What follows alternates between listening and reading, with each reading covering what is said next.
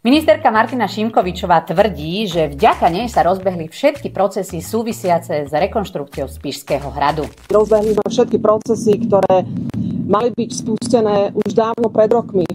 Tak sa teda vráťme do minulosti. V roku 2019 predložila vtedajšia ministerka kultúry Ľubica Lašáková na vládu materiál návrh na finančné zabezpečenie sanácie havarijného stavu Spišského hradu. Vyčlenilo sa vtedy na rekonštrukciu 4,8 milióna eur.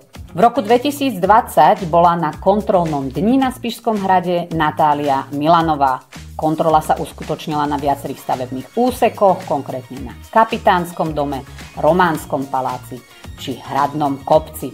V roku 2021 sa začalo s rekonštrukciou Románskeho paláca a v roku 2023 prijala vláda materiál, na základe ktorého bolo na obnovu štátnych národných kultúrnych pamiatok vyčlenených 220 miliónov eur, pričom 25 miliónov z toho malo ísť práve na Spišský hrad.